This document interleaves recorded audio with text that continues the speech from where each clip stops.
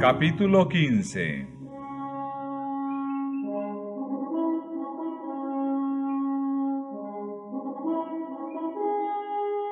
La verdad progresa en Inglaterra.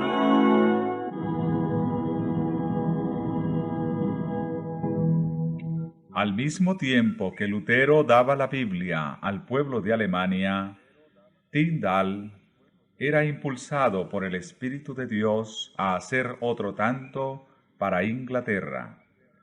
La Biblia de Wycliffe había sido traducida del texto latino que contenía muchos errores. No había sido impresa, y el costo de las copias manuscritas era tan crecido que, fuera de los ricos y de los nobles, pocos eran los que podían proporcionárselas, y como, además, la Iglesia las proscribía terminantemente, sólo alcanzaban una circulación muy escasa. En el año 1516, o sea, un año antes de que aparecieran las tesis de Lutero, había publicado Erasmo su versión greco-latina del Nuevo Testamento. Era esta la primera vez que la palabra de Dios se imprimía en el idioma original. En esta obra fueron corregidos muchos de los errores de que adolecían las versiones más antiguas, y el sentido de la Escritura era expresado con más claridad. Comunicó a muchos representantes de las clases educadas un conocimiento mejor de la verdad, y dio poderoso impulso a la obra de la Reforma. Pero, en su gran mayoría, el vulgo permanecía apartado de la palabra de Dios. Tyndale iba a completar la obra de Wycliffe al dar a sus compatriotas la Biblia en su propio idioma.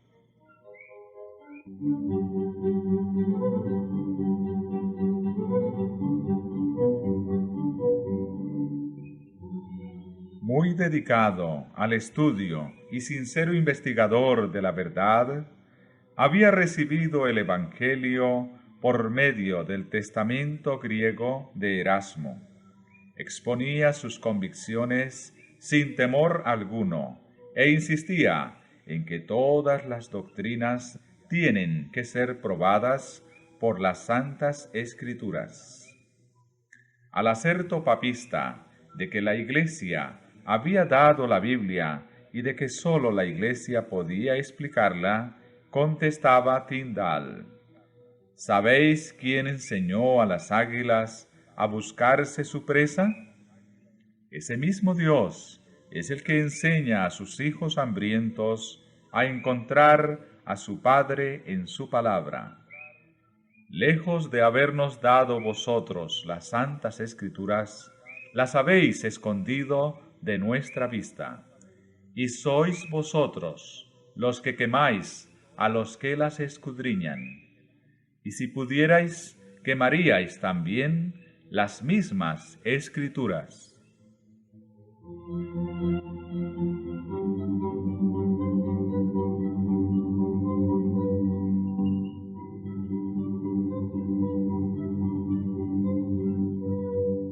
La predicación de Tyndale despertó mucho interés, y numerosas personas aceptaron la verdad.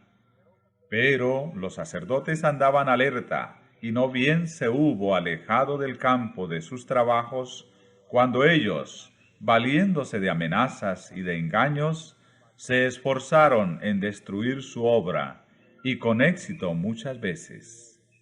¡Ay!, decía él, ¿qué hacer?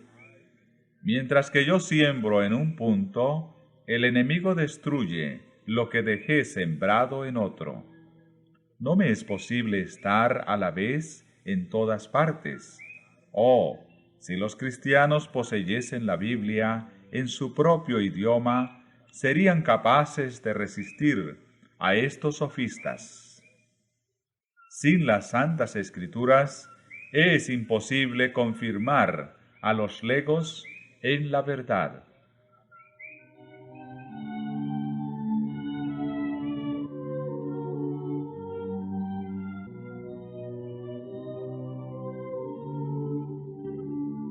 Un nuevo propósito surgió entonces en su mente.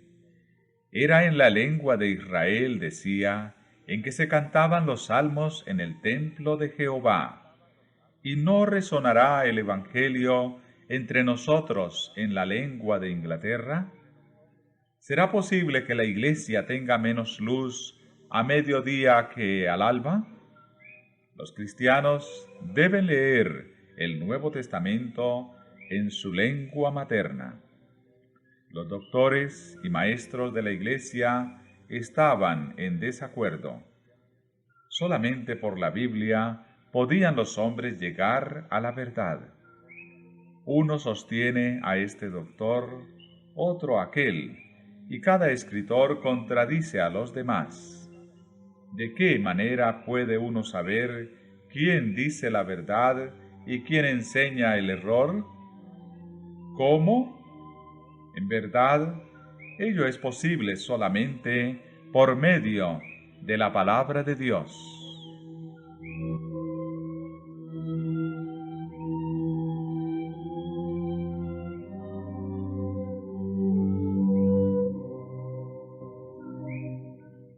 Fue poco después, cuando un sabio doctor papista, que sostenía con él una acalorada controversia, exclamó: «Mejor sería para nosotros estar sin la ley de Dios que sin la del Papa». Tyndall repuso: «Yo desafío al Papa y todas sus leyes, y si Dios me guarda con vida, no pasarán muchos años sin que haga yo que un muchacho que trabaje en el arado sepa de las Santas Escrituras más que vos».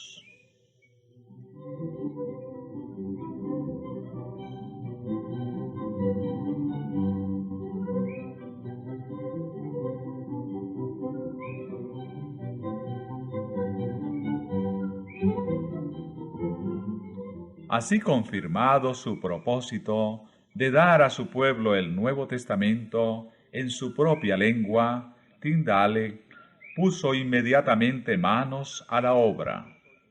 Echado de su casa por la persecución, fuese a Londres y allí, por algún tiempo, prosiguió sus labores sin interrupción. Pero al fin, la saña de los papistas le obligó a huir. Toda Inglaterra parecía cerrársele y resolvió buscar refugio en Alemania. Allí dio principio a la publicación del Nuevo Testamento en inglés.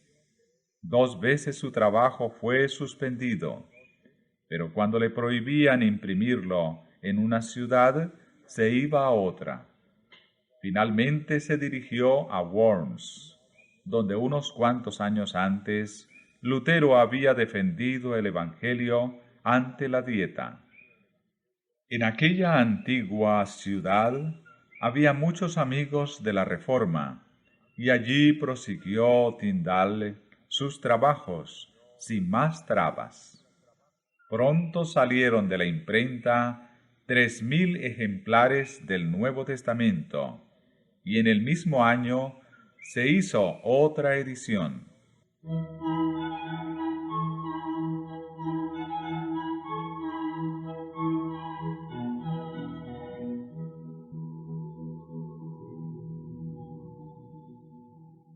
Con gran concentración de espíritu y perseverancia prosiguió sus trabajos.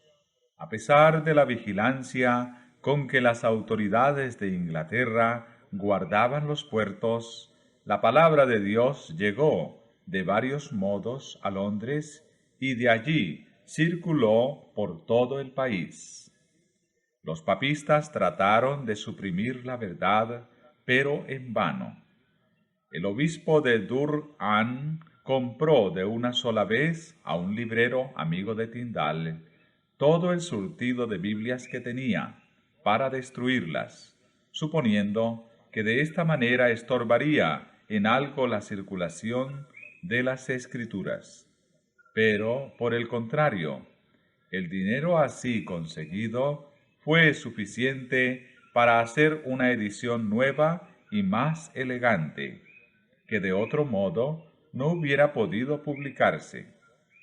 Cuando Tyndale fue aprehendido posteriormente, le ofrecieron la libertad a condición de que revelase los nombres de los que le habían ayudado a sufragar los gastos de impresión de sus Biblias. Él contestó que el obispo de Durham le había ayudado más que nadie, porque al pagar una gran suma por las Biblias que había en existencia, le había ayudado eficazmente para seguir adelante con valor.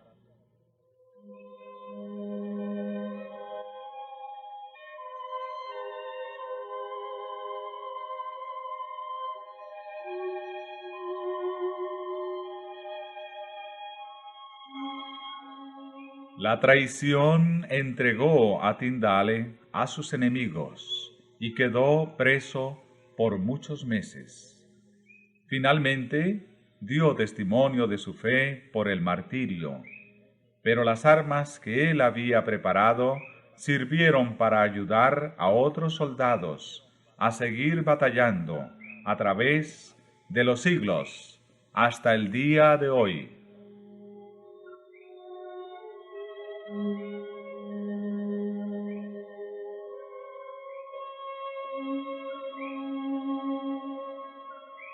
Latimer sostuvo desde el púlpito que la Biblia debía ser leída en el lenguaje popular. El autor de las Santas Escrituras, decía él, es Dios mismo, y ellas participan del poder y de la eternidad de su autor. No hay rey, ni emperador, ni magistrado, ni gobernador que no esté obligado a obedecer su santa palabra. Cuidémonos de las sendas laterales y sigamos el camino recto de la palabra de Dios. No andemos como andaban nuestros padres, ni tratemos de saber lo que hicieron, sino lo que hubieran debido hacer.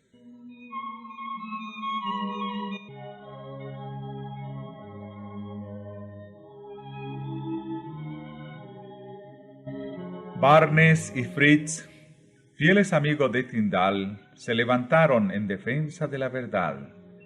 Siguieron después de Cranmer y los Ridley.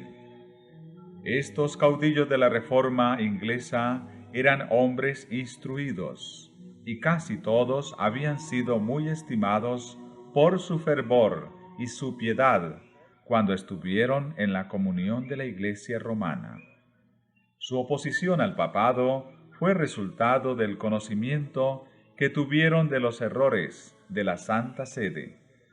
Por estar familiarizados con los misterios de Babilonia, tuvieron más poder para alegar contra ella.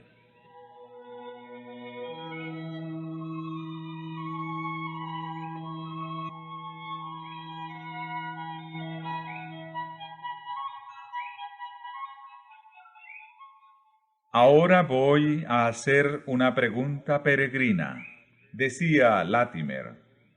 ¿Sabéis cuál es el obispo y prelado más diligente de toda Inglaterra? Veo que escucháis y que deseáis conocerle. Pues os diré quién es. Es el diablo. Nunca está fuera de su diócesis. Id a verle cuando queráis. Siempre está en casa. Siempre está con la mano en el arado. Os aseguro que nunca lo encontraréis ocioso. En donde el diablo vive, abajo los libros, vivan los cirios, mueran las Biblias y vivan los rosarios. abajo la luz del Evangelio, y viva la de los cirios, aún a mediodía. Afuera con la cruz de Cristo, y vivan los rateros del purgatorio. Nada de vestir a los desnudos, a los pobres, a los desamparados, y vamos adornando imágenes y ataviando alegremente piedras y palos. Arriba las tradiciones y leyes humanas, abajo Dios y su santísima palabra. Mal haya que no sean nuestros prelados tan diligentes en sembrar buenas doctrinas como Satanás lo es para sembrar abrojos y cizaña.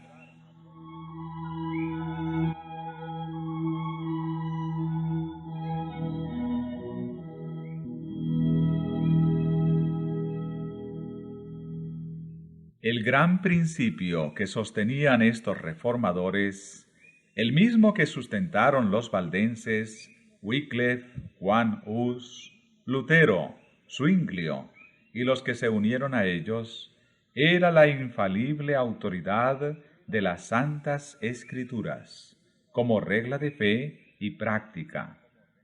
Negaban a los papas, a los concilios, a los padres y a los reyes todo derecho para dominar las conciencias en asuntos de religión.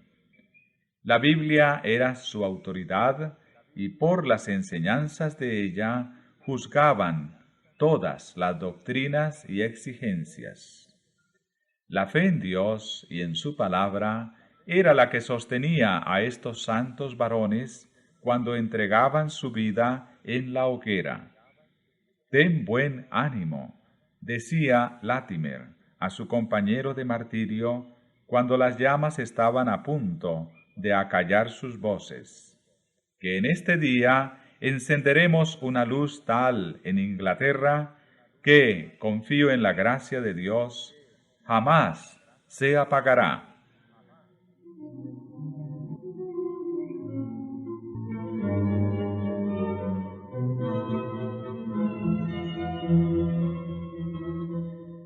En Escocia, la semilla de la verdad esparcida por Colombano y sus colaboradores no se había malogrado nunca por completo. Centenares de años después que las iglesias de Inglaterra se hubieron sometido al Papa, las de Escocia conservaban aún su libertad. En el siglo XII, sin embargo, se estableció en ella el romanismo, y en ningún otro país ejerció un dominio tan absoluto. En ninguna parte fueron más densas las tinieblas. Con todo, rayos de luz penetraron la oscuridad, trayendo consigo la promesa de un día por venir.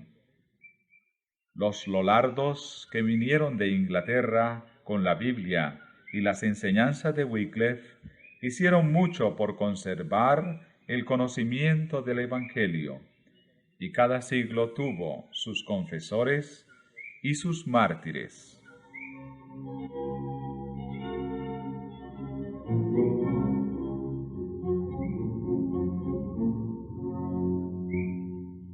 Con la iniciación de la Gran Reforma, vinieron los escritos de Lutero y luego el Nuevo Testamento inglés de Tyndale. Sin llamar la atención del clero, aquellos silenciosos mensajeros cruzaban montañas y valles, reanimando la antorcha de la verdad que parecía estar a punto de extinguirse en Escocia y deshaciendo la obra que Roma realizara en los 4 siglos de opresión que ejerció en el país.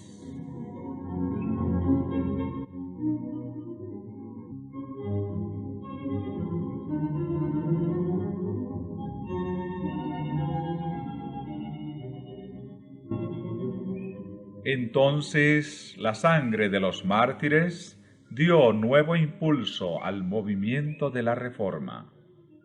Los caudillos papistas despertaron repentinamente ante el peligro que amenazaba su causa y llevaron a la hoguera a algunos de los más nobles y más honorables hijos de Escocia. Pero con esto no hicieron más que cambiar la hoguera en púlpito, desde el cual las palabras dichas por esos mártires al morir resonaron por toda la tierra escocesa y crearon en el alma del pueblo el propósito bien decidido de libertarse de los grillos de Roma.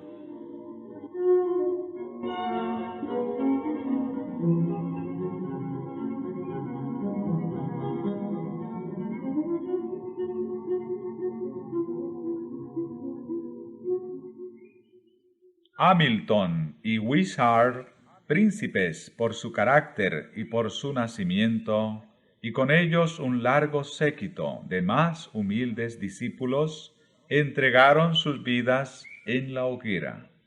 Empero, de la ardiente pira de Wishart, volvió uno a quien las llamas no iban a consumir, uno que bajo la dirección de Dios iba a hacer oír el toque de difuntos por el papado en Escocia.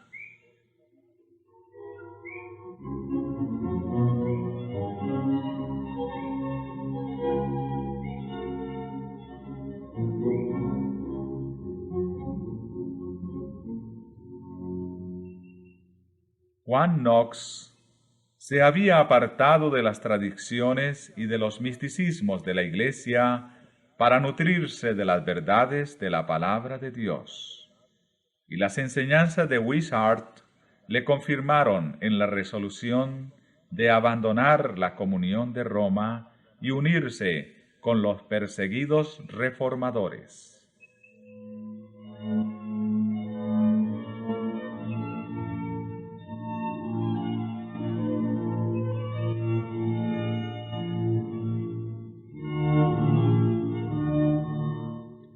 Solicitado por sus compañeros para que desempeñase el cargo de predicador, rehuyó temblando esta responsabilidad y sólo después de unos días de meditación y lucha consigo mismo consintió en llevarla.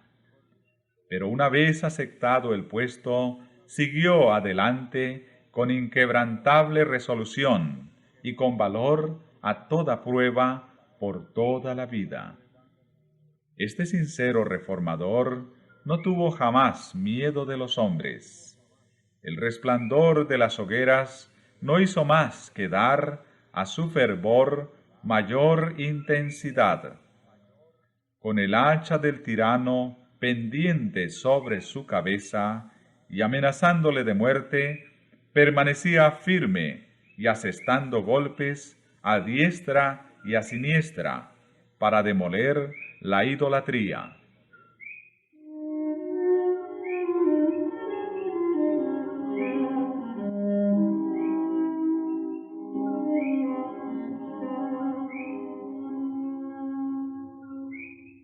Cuando lo llevaron ante la reina de Escocia, en cuya presencia flaqueó el valor de más de un caudillo protestante, Juan Knox testificó firme y denodadamente por la verdad.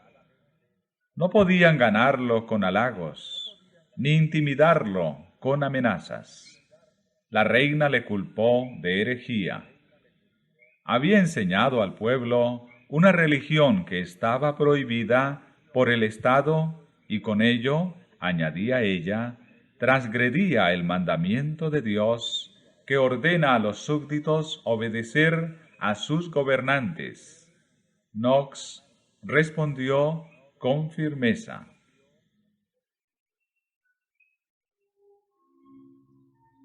como la religión verdadera no recibió de los gobernantes su fuerza original ni su autoridad, sino sólo del eterno Dios, así tampoco deben los súbditos amoldar su religión al gusto de sus reyes, porque muy a menudo son los príncipes los más ignorantes de la religión verdadera. Si toda la simiente de Abraham hubiera sido de la religión del faraón, del cual fueron súbditos por largo tiempo, os pregunto, señora, ¿qué religión habría hoy en el mundo? Y si en los días de los apóstoles todos hubieran sido de la religión de los emperadores de Roma, decidme, señora, ¿qué religión habría hoy en el mundo? De esta suerte, señora, podéis comprender que los súbditos no están obligados a sujetarse a la religión de sus príncipes, si bien les está ordenado obedecerles.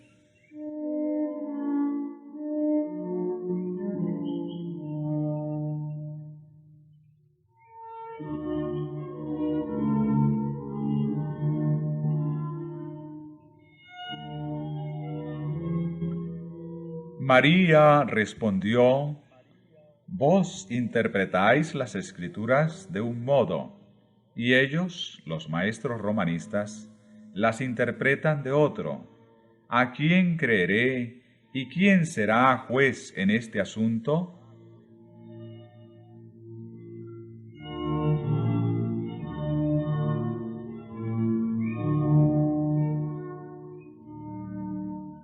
Debéis creer en Dios, que habla con sencillez en su palabra, contestó el reformador.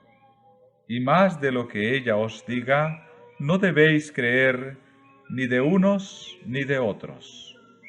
La palabra de Dios es clara, y si parece haber oscuridad en algún pasaje, el Espíritu Santo, que nunca se contradice a sí mismo, se explica con más claridad en otros pasajes, de modo que no queda lugar a duda sino para el ignorante.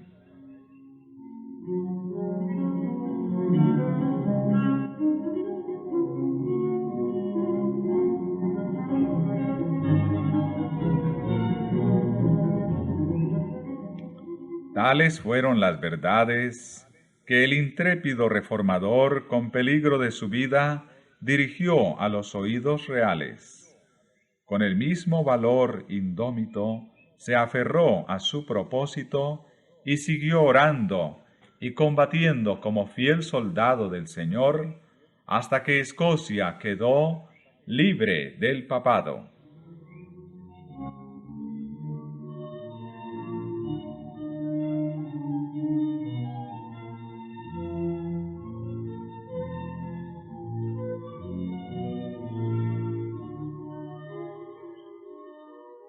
En Inglaterra, el establecimiento del protestantismo como religión nacional hizo menguar la persecución, pero no la hizo cesar por completo. Aunque muchas de las doctrinas de Roma fueron suprimidas, se conservaron muchas de sus formas de culto. La supremacía del Papa fue rechazada, pero en su lugar se puso al monarca como cabeza de la Iglesia. Mucho distaban aún los servicios de la Iglesia de la pureza y sencillez del Evangelio. El gran principio de la libertad religiosa no era aún entendido.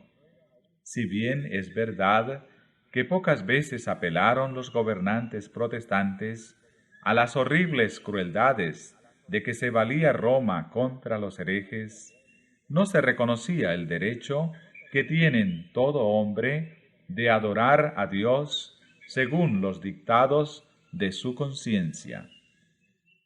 Se exigía de todos que aceptaran las doctrinas y observaran las formas de culto prescritas por la Iglesia establecida.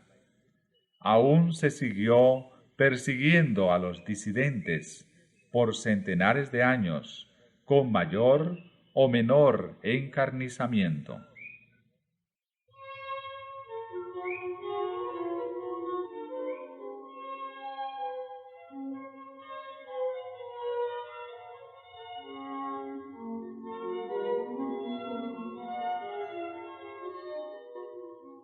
En el siglo XVII, Millares de pastores fueron depuestos de sus cargos. Se le prohibió al pueblo, so pena de fuertes multas, prisión y destierro, que asistiera a cualesquiera reuniones religiosas que no fueran las sancionadas por la Iglesia. Los que no pudieran dejar de reunirse para adorar a Dios, tuvieron que hacerlo en callejones oscuros, en sombrías buhardillas y en estaciones propicias, en los bosques a medianoche. En la protectora espesura de la floresta, como en templo hecho por Dios mismo, aquellos esparcidos y perseguidos hijos del Señor se reunían para derramar sus almas en plegarias y alabanzas. Pero a despecho de todas estas precauciones, muchos sufrieron por su fe. Las cárceles rebosaban, las familias eran divididas, muchos fueron desterrados a tierras extrañas. Sin embargo, Dios estaba con su pueblo, y la persecución no podía acallar su testimonio. Muchos cruzaron el océano y se establecieron en Norteamérica, donde echaron los cimientos de la libertad civil y religiosa, que fueron baluarte y gloria de los Estados Unidos.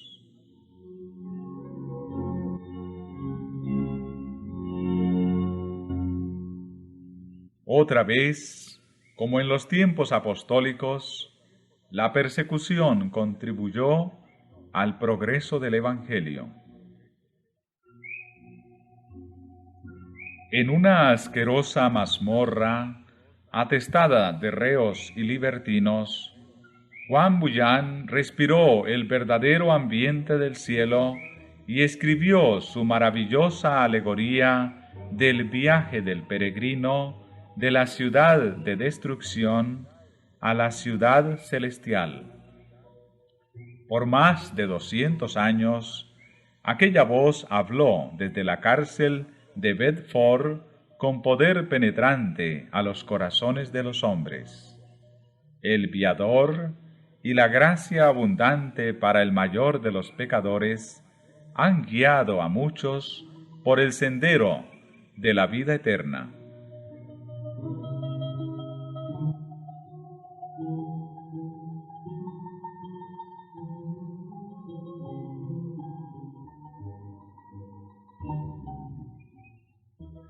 Baxter, Flavel, Alleyne y otros hombres de talento, de educación y de profunda experiencia cristiana se mantuvieron firmes defendiendo valientemente la fe que en otro tiempo fuera entregada a los santos. La obra que ellos hicieron y que fue proscrita y anatemizada por los reyes de este mundo es imperecedera. La fuente de la vida y el método de la gracia de Flavel enseñaron a millares el modo de confiar al Señor la custodia de sus almas.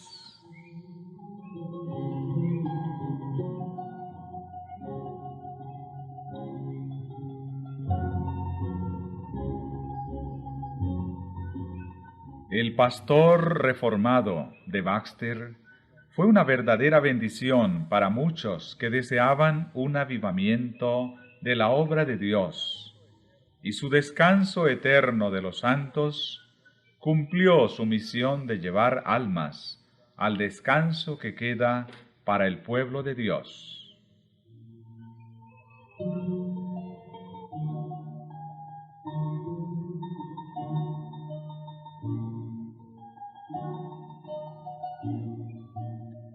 Cien años más tarde, en tiempos de tinieblas espirituales, aparecieron Whitefield y los Wesley como portadores de la luz de Dios.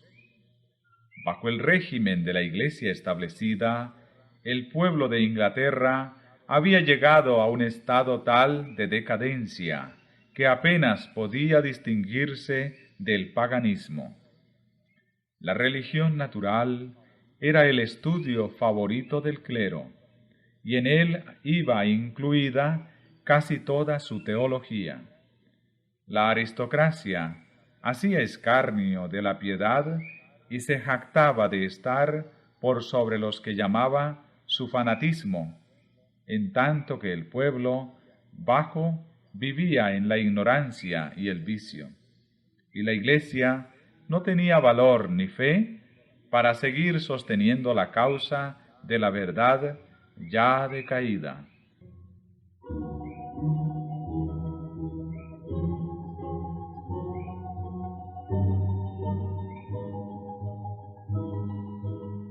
La gran doctrina de la justificación por la fe, tan claramente enseñada por Lutero, se había perdido casi totalmente de vista, y ocupaban su lugar los principios del romanismo de confiar en las buenas obras para obtener la salvación.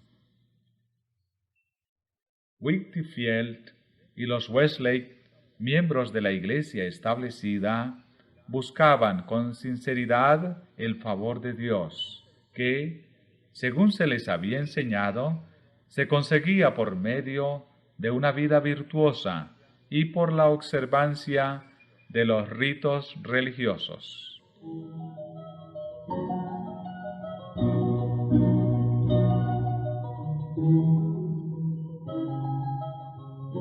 En cierta ocasión en que Carlos Wesley cayó enfermo y pensaba que estaba próximo su fin, se le preguntó en qué fundaba su esperanza de la vida eterna. Su respuesta fue: he hecho cuanto he podido por servir a Dios. Pero como el amigo que le dirigiera la pregunta no parecía satisfecho con la contestación, Wesley pensó que ¿no son suficientes mis esfuerzos para fundar mi esperanza? ¿Me privaría de mis esfuerzos? No tengo otra cosa en que confiar. Tales eran las tinieblas que habían caído sobre la Iglesia y ocultaban la expiación, despojaban a Cristo de su gloria y desviaban la mente de los hombres de su única esperanza de salvación, la sangre del Redentor crucificado.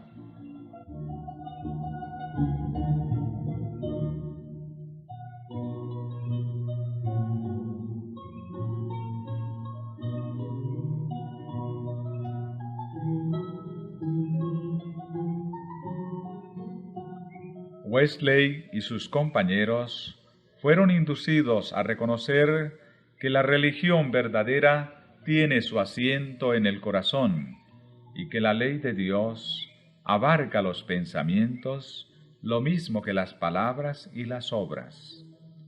Convencidos de la necesidad de tener santidad en el corazón, así como de conducirse correctamente, decidieron seriamente iniciar una vida nueva.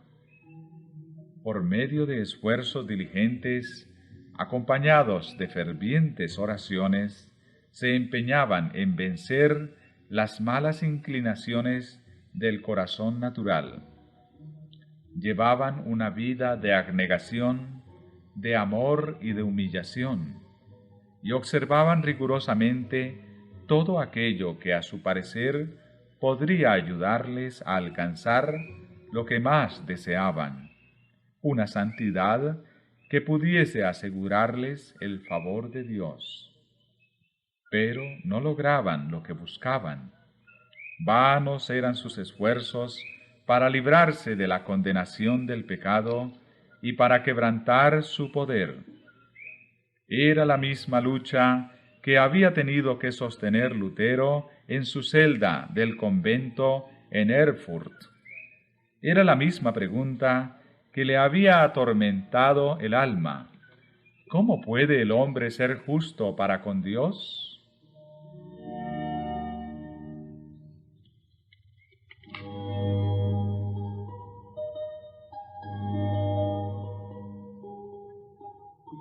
El fuego de la verdad divina que se había extinguido casi por completo en los altares del protestantismo, iba a prender de nuevo al contacto de la antorcha antigua que al través de los siglos había quedado firme en manos de los cristianos de Bohemia.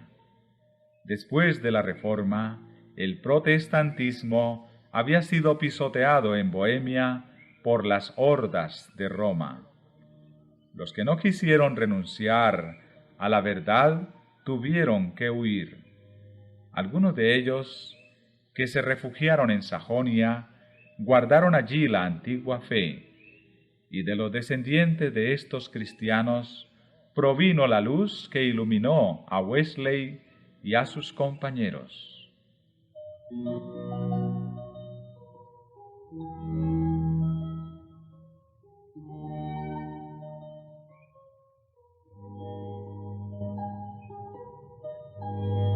Después de haber sido ordenados para el ministerio, Juan y Carlos Wesley fueron enviados como misioneros a América. Iba también a bordo un grupo de moravos. Durante el viaje se desencadenaron violentas tempestades, y Juan Wesley, viéndose frente a la muerte, no se sintió seguro de estar en paz con Dios. Los alemanes, por el contrario, manifestaban una calma y una confianza que él no conocía.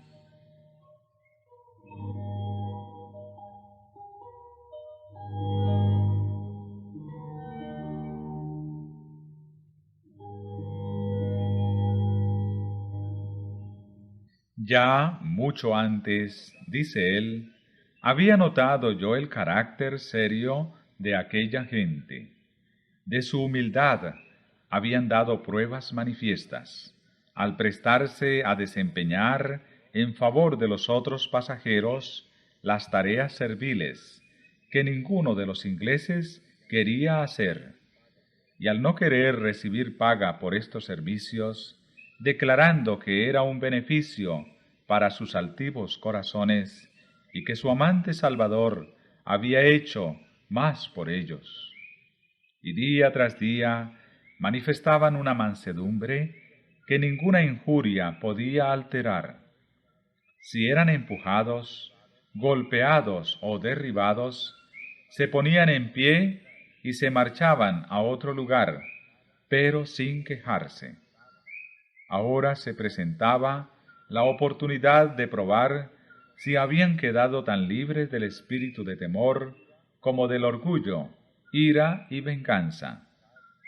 Cuando iban a la mitad del salmo que estaban entonando al comenzar su culto, el mar embravecido desgarró la vela mayor, anegó la embarcación y penetró de tal modo por la cubierta que parecía que las tremendas profundidades nos habían tragado ya.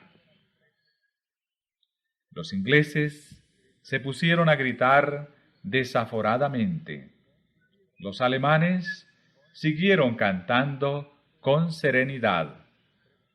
Más tarde pregunté a uno de ellos, ¿no tuvisteis miedo?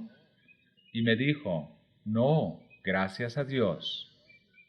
Volví a preguntarle, ¿no tenían temor las mujeres y los niños? Y me contestó con calma, no, nuestras mujeres y nuestros niños no tienen miedo de morir.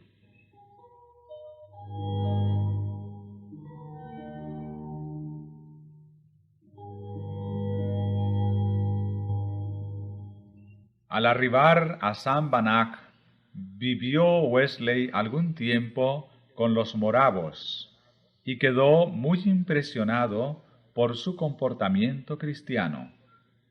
Refiriéndose a uno de sus servicios religiosos que contrastaba notablemente con el formalismo sin vida de la Iglesia anglicana, dijo, «La gran sencillez y solemnidad del acto entero casi me hicieron olvidar los 17 siglos transcurridos, y me parecía estar en una de las asambleas donde no había fórmulas ni jerarquía, sino donde presidía Pablo, el tejedor de tiendas, o Pedro, el pescador, y donde se manifestaba el poder del Espíritu.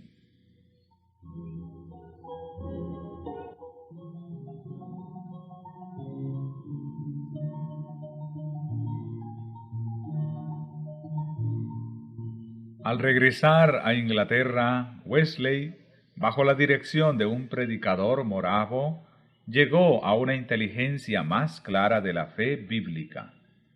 Llegó al convencimiento de que debía renunciar por completo a depender de sus propias obras para la salvación y confiar plenamente en el Cordero de Dios, que quita el pecado del mundo. En una reunión de la Sociedad Morava en Londres, se leyó una declaración de Lutero que describía el cambio que obra el Espíritu de Dios en el corazón del creyente. Al escucharlo, Wesley se encendió la fe en su alma. Sentí, dice, calentarse mi corazón de un modo extraño. Sentí entrar en mí la confianza en Cristo y en Cristo solo, para mi salvación. Y fueme dada plena seguridad de que había quitado mis pecados, sí, los míos, y de que me había librado a mí de la ley del pecado y de la muerte.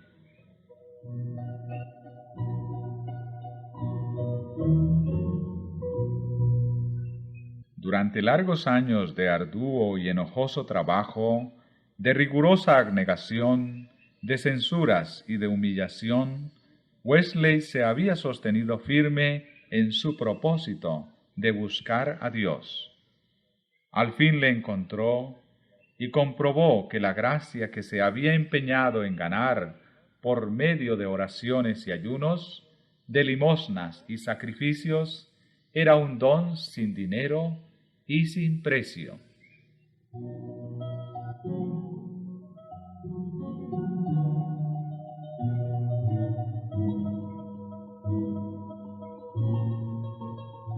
Una vez afirmado en la fe de Cristo, ardió su alma en deseos de esparcir por todas partes el conocimiento del glorioso Evangelio de la libre gracia de Dios.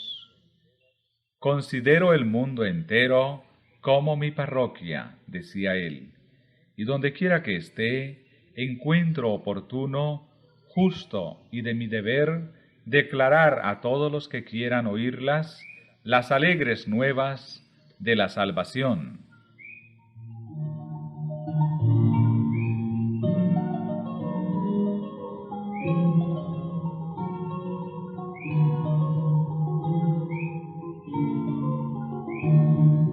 Siguió llevando una vida de abnegación y rigor, ya no como base sino como resultado de la fe, no como raíz sino como fruto de la santidad.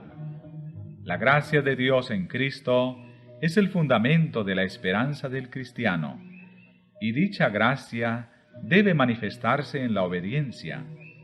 Wesley consagró su vida a predicar las grandes verdades que había recibido: la justificación por medio de la fe en la sangre expiatoria de Cristo y el poder regenerador del Espíritu Santo en el corazón, que lleva fruto en una vida conforme al ejemplo de Cristo.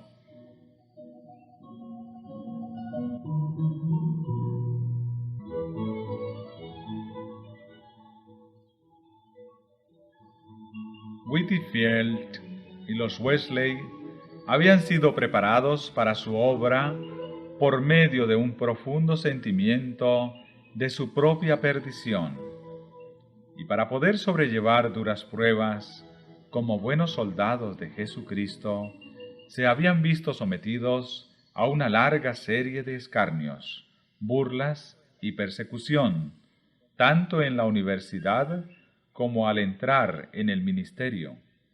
Ellos y otros pocos que simpatizaban con ellos fueron llamados despectivamente metodistas por sus condiscípulos incrédulos.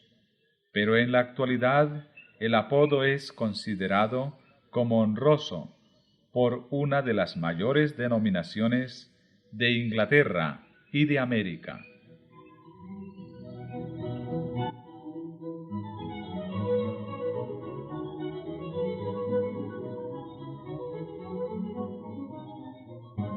Como miembros de la Iglesia de Inglaterra, estaban muy apegados a sus formas de culto, pero el Señor les había señalado en su palabra un modelo más perfecto.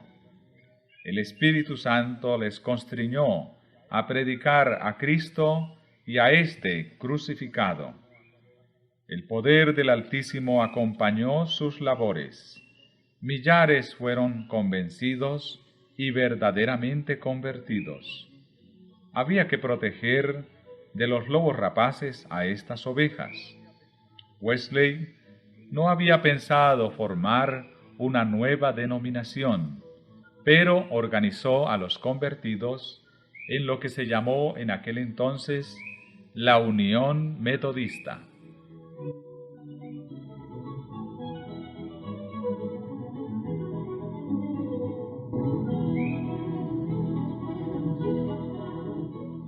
Misteriosa y ruda fue la oposición que estos predicadores encontraron por parte de la iglesia establecida. Y sin embargo, Dios, en su sabiduría, ordenó las cosas de modo que la reforma se inició dentro de la misma iglesia. Si hubiera venido por completo de afuera, no habría podido penetrar donde tanto se necesitaba. Pero como los predicadores del reavivamiento eran eclesiásticos y trabajaban dentro del jirón de la iglesia dondequiera que encontraban oportunidad para ello, la verdad entró donde las puertas hubieran de otro modo quedado cerradas. Algunos de los clérigos despertaron de su sopor y se convirtieron en predicadores activos de sus parroquias. Iglesias que habían sido petrificadas por el formalismo fueron de pronto devueltas a la vida.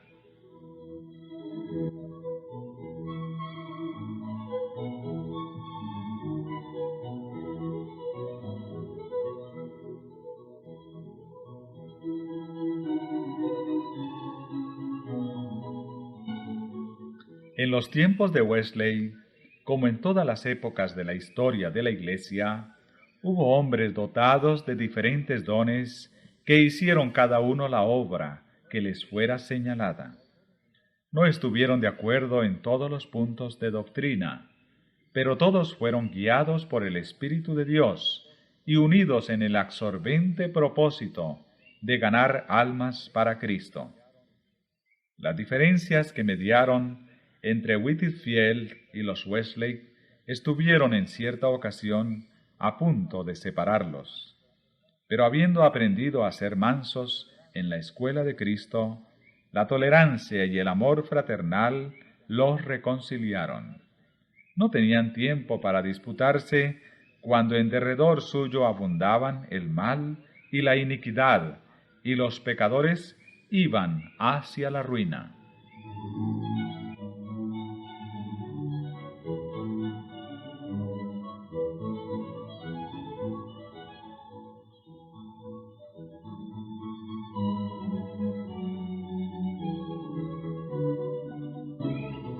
Los siervos de Dios tuvieron que recorrer un camino duro. Hombres de saber y de talento empleaban su influencia contra ellos. Al cabo de algún tiempo, muchos de los eclesiásticos manifestaron hostilidad resuelta y las puertas de la iglesia se cerraron a la fe pura y a los que la proclamaban.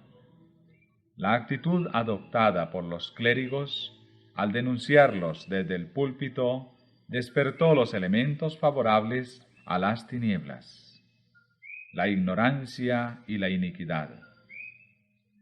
Una y otra vez, Wesley escapó a la muerte por algún milagro de la misericordia de Dios. Cuando la ira de las turbas rugía contra él y parecía no haber ya modo de escapar, un ángel en forma de hombre se le ponía al lado. La turba retrocedía y el siervo de Cristo salía ileso del lugar peligroso.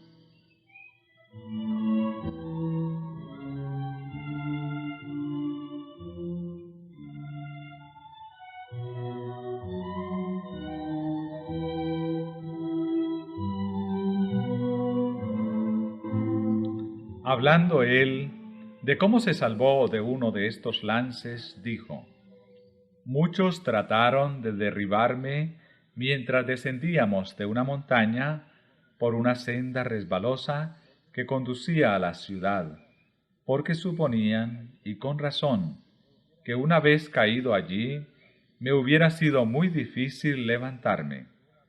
Pero no tropecé ni una vez, ni resbalé en la pendiente hasta lograr ponerme fuera de sus manos.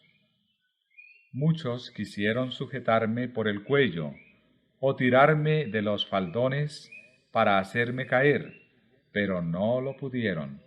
Si bien hubo uno que alcanzó a asirse de uno de los faldones de mi chaleco, el cual se le quedó en la mano, mientras que el otro faldón, en cuyo bolsillo guardaba yo un billete de banco, no fue desgarrado más que a medias. Un sujeto fornido, que venía detrás de mí, me dirigió repetidos golpes con un garrote de encina. Si hubiera logrado pegarme una sola vez en la nuca, se habría ahorrado otros esfuerzos.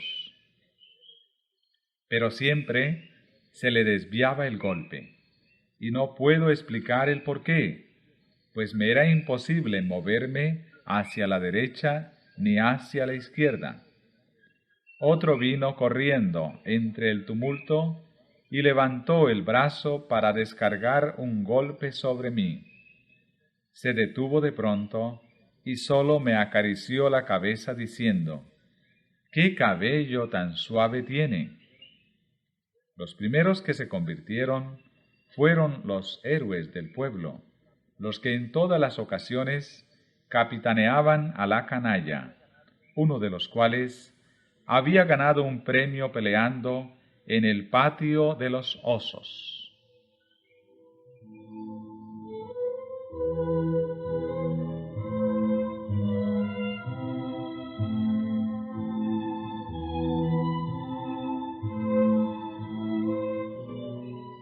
Cuán suave y gradualmente nos prepara Dios para hacer su voluntad. 2 años ha, pasó rozándome el hombre un pedazo de ladrillo. 1 año después, recibí una pedrada en la frente. Hace 1 mes que me asestaron un golpe y hoy por la tarde 2. Uno antes de que entrara en el pueblo y otro después de haber salido de él. Pero fue como si no me hubieran tocado, pues si bien un desconocido me dio un golpe en el pecho con todas sus fuerzas y el otro en la boca con tanta furia que la sangre brotó inmediatamente, no sentí más dolor que si me hubieran dado con una paja.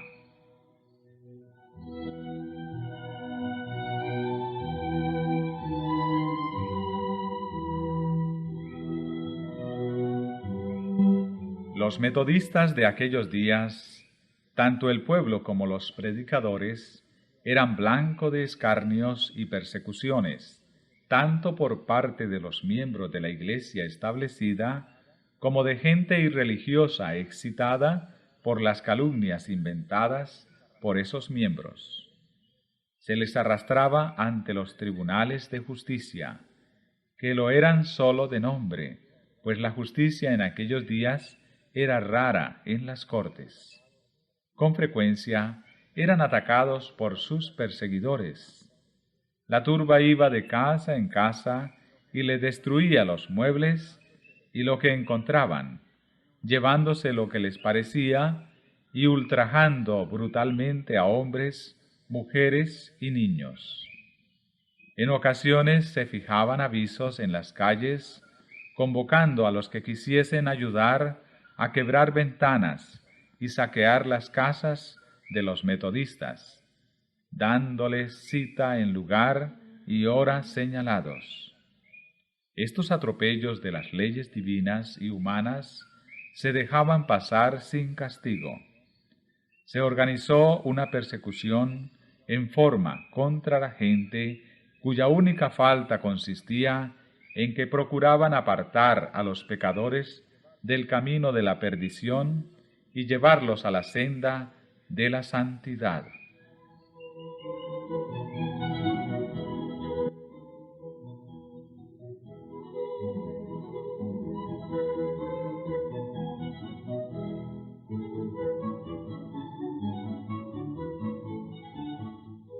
Refiriéndose Juan Wesley a las acusaciones dirigidas contra él y sus compañeros, dijo: algunos sostienen que las doctrinas de estos hombres son falsas, erróneas e hijas del entusiasmo, que son cosa nueva y desconocida hasta últimamente, que son cuaquerismos, fanatismo o romanismo.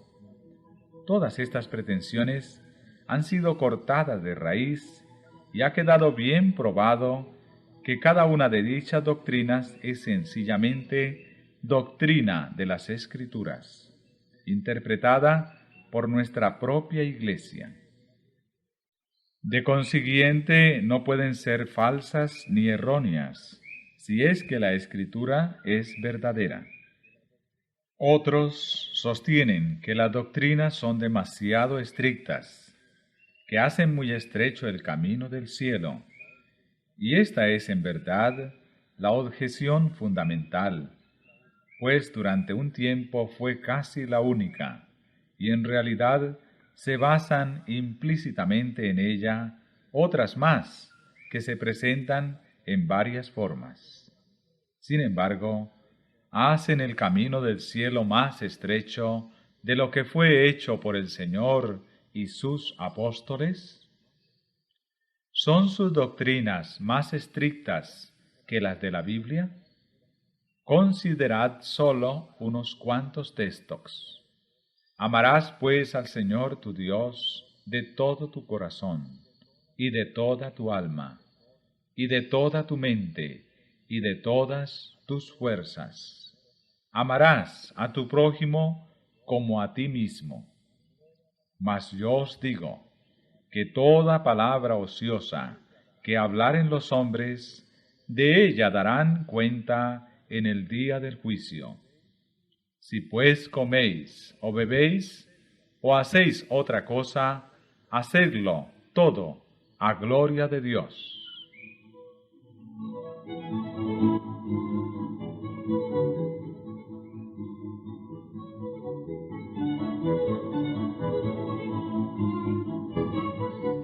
Si su doctrina es más estricta que esto, son dignos de censura, pero en conciencia bien sabéis que no lo es. ¿Y quién puede ser menos estricto sin corromper la palabra de Dios? ¿Podría algún mayordomo de los misterios de Dios ser declarado fiel si alterase parte siquiera de tan sagrado depósito? No. Nada puede quitar, nada puede suavizar. Antes está en la obligación de manifestar a todos: no puedo rebajar las Escrituras a vuestro gusto. Tenéis que elevaros vosotros mismos hasta ellas o morir para siempre. El grito general es: ¡qué faltos de caridad son estos hombres! ¿Que no tienen caridad? ¿En qué respecto? ¿No dan de comer al hambriento y no visten al desnudo? No, no es este el asunto, que en esto no faltan. Donde les falta caridad es en su modo de juzgar, pues creen que ninguno puede ser salvo a no ser que siga el camino de ellos.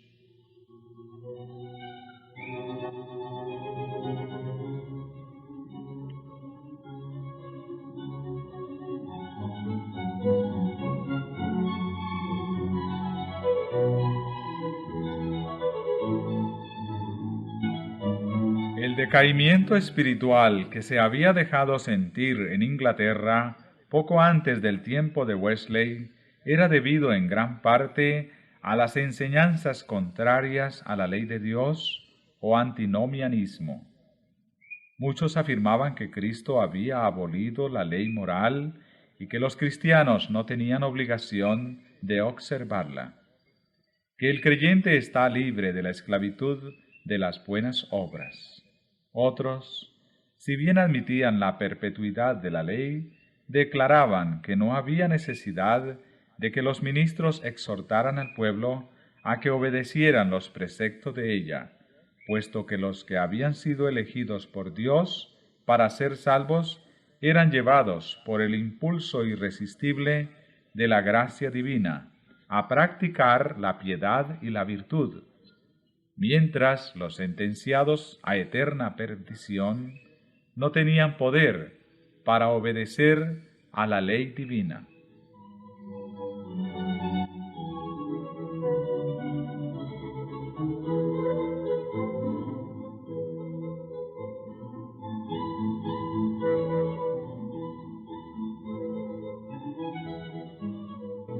Otros, que también sostenían que los elegidos no pueden ser destituidos de la gracia ni perder el favor divino, llegaban a la conclusión aún más horrenda de que sus malas acciones no son en realidad pecaminosas, ni pueden ser consideradas como casos de violación de la ley divina, y que en consecuencia los tales no tienen por qué confesar sus pecados ni romper con ellos por medio del arrepentimiento. Por lo tanto, declaraban que aún uno de los pecados más viles, considerado universalmente como enorme violación de la ley divina, no es pecado a los ojos de Dios, siempre que lo hubiera cometido uno de los elegidos, porque es característica esencial y distintiva de estos, que no pueden hacer nada que desagrade a Dios, ni que sea contrario a la ley.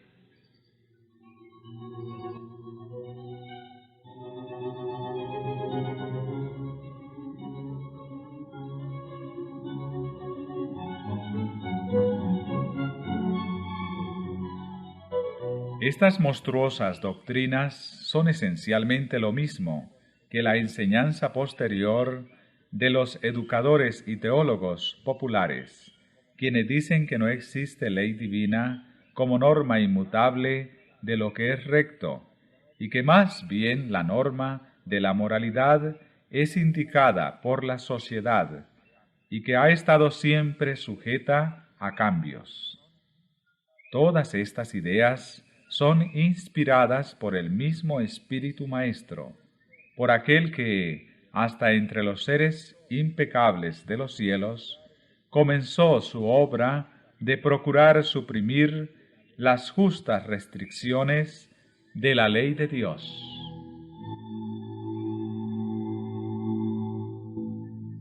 La doctrina de los decretos divinos, que fija de una manera inalterable el carácter de los hombres, había inducido a muchos a rechazar virtualmente la ley de Dios. Wesley se oponía tenazmente a los errores de los maestros del antinomianismo y probaba que son contrarios a las Escrituras, porque la gracia de Dios, que trae salvación a todos los hombres, se manifestó. Porque esto es bueno y agradable delante de Dios nuestro Salvador, el cual quiere que todos los hombres sean salvos y que vengan al conocimiento de la verdad. Porque hay un Dios, asimismo un mediador entre Dios y los hombres, Jesucristo hombre, el cual se dio a sí mismo en precio del rescate por todos. El Espíritu de Dios es concedido libremente para que todos puedan echar mano de los medios de salvación. Así es como Cristo, la luz verdadera, alumbra a todo hombre que viene a este mundo. Los hombres se privan de la salvación porque rehúsan voluntariamente la dádiva de vida.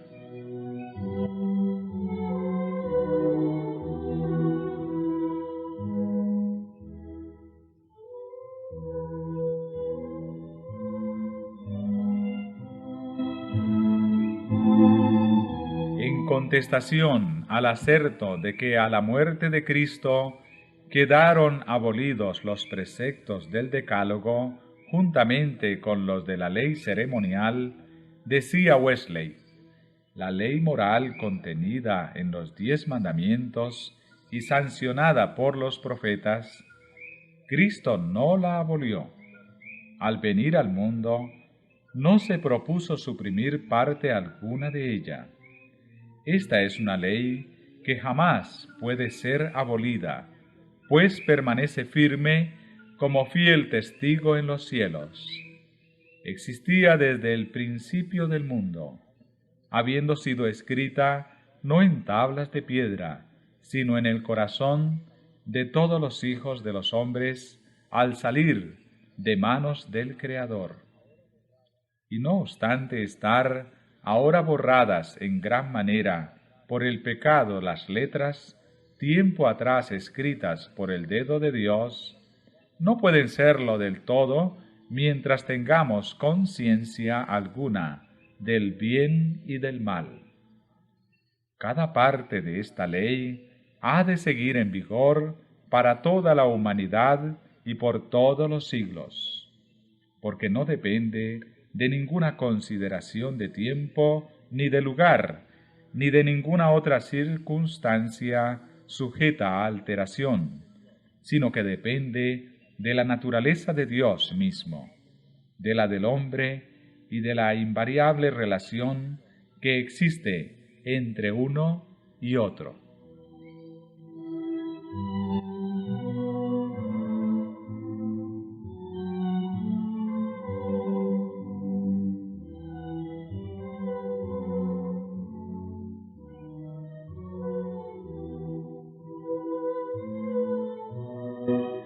No he venido para abrogar, sino a cumplir. Sin duda quiere el Señor dar a entender en este pasaje, según se colige por el contexto, que vino a establecerla en su plenitud, a despecho de cómo puedan interpretarla los hombres, que vino a aclarar plenamente lo que en ella pudiera haber de oscuro. Vino para poner de manifiesto la verdad y la importancia de cada una de sus partes, para demostrar su longitud y su anchura, y la medida exacta de cada mandamiento que la ley contiene, y al mismo tiempo la altura y la profundidad, la inapreciable pureza y la espiritualidad de ella en todas sus secciones.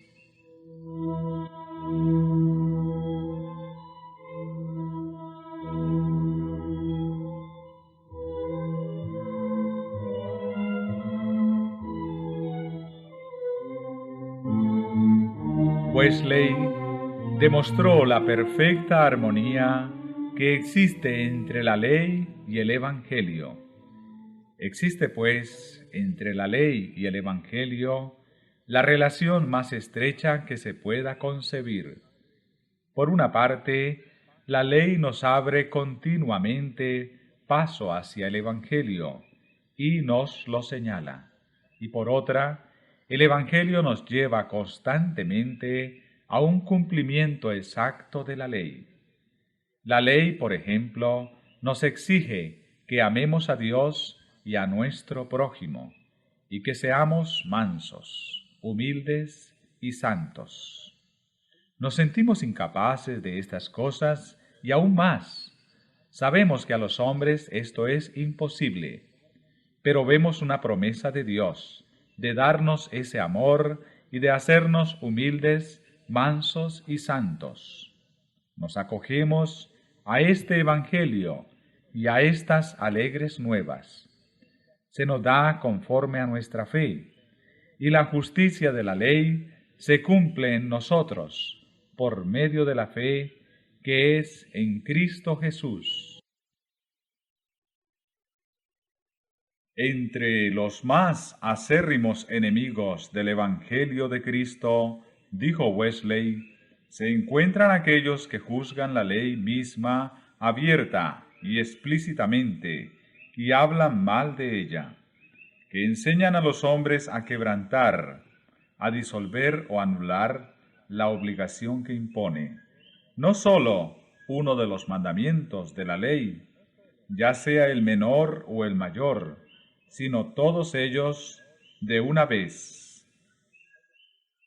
La más sorprendente de todas las circunstancias que acompañan a este terrible engaño consiste en que los que se entregan a él creen que realmente honran a Cristo cuando anulan su ley y que ensalzan su carácter mientras destruyen su doctrina. Sí, le honran como le honró Judas cuando le dijo, «Salve, maestro», y le besó. Y él podría decir también a cada uno de ellos, ¿con beso entregas al Hijo del Hombre? No es otra cosa que entregarle con un beso, hablar de su sangre y despojarle al mismo tiempo de su corona, despreciar una parte de sus preceptos con el pretexto de hacer progresar su evangelio. Y en verdad, nadie puede eludir el cargo si predica la fe de una manera que directa o indirectamente haga caso omiso de algún aspecto de la obediencia. Si predica a Cristo de un modo que anule o debilite en algo el más pequeño de los mandamientos.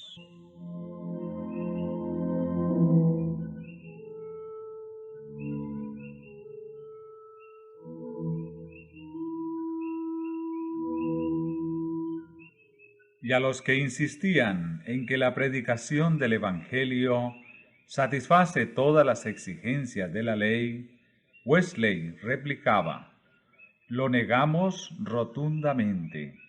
No satisface ni siquiera el primer fin de la ley, que es convencer a los hombres de su pecado, despertar a los que duermen aún al borde del infierno». El apóstol Pablo dice que por medio de la ley es el conocimiento del pecado, y mientras no esté el hombre completamente convencido de sus pecados, no puede sentir verdaderamente la necesidad de la sangre expiatoria de Cristo. Como lo dijo nuestro Señor, los sanos no tienen necesidad de médico, sino los enfermos. Es, por lo tanto, absurdo ofrecerle médico al que está sano, o que cuando menos cree estarlo. Primeramente tenéis que convencerle de que está enfermo. De otro modo, no os agradecerá la molestia que por él os dais. Es igualmente absurdo ofrecer a Cristo a aquellos cuyo corazón no ha sido quebrantado todavía.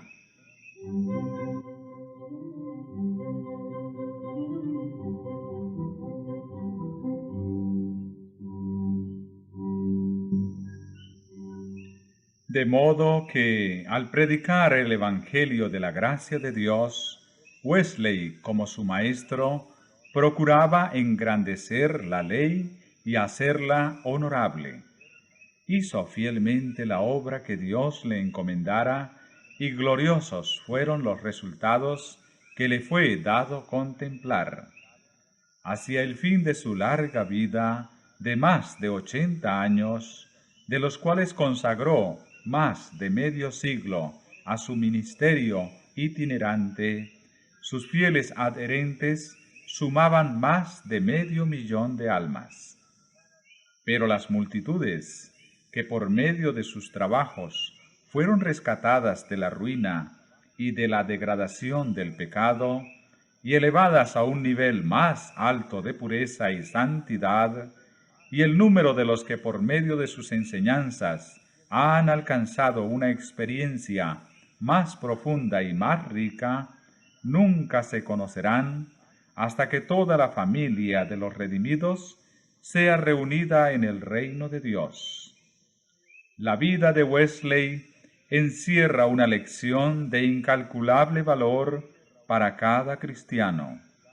Ojalá que la fe y la humildad, el celo incansable, la abnegación y el desprendimiento de este siervo de Cristo se reflejasen en las iglesias de hoy.